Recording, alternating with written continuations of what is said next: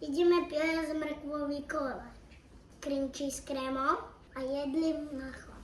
Ideme to na to. Budeme potrebovať 2 vajíčka. Pridáme cukor.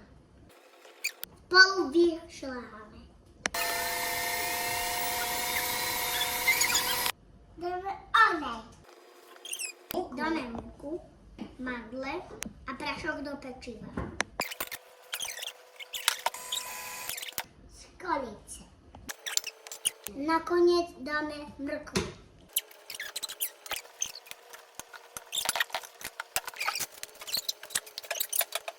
Máme to piecť.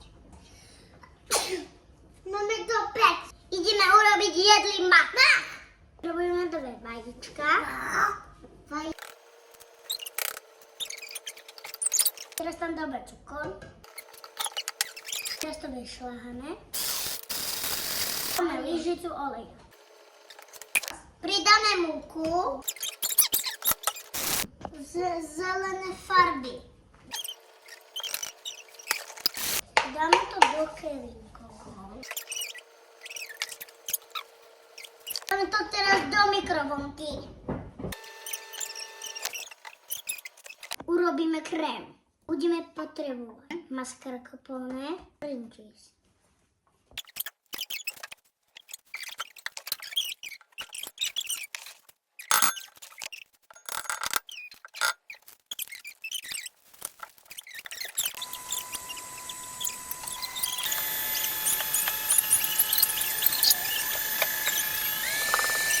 Krém rozotrieme. A zdobíme jedným machom. Máme hotovo.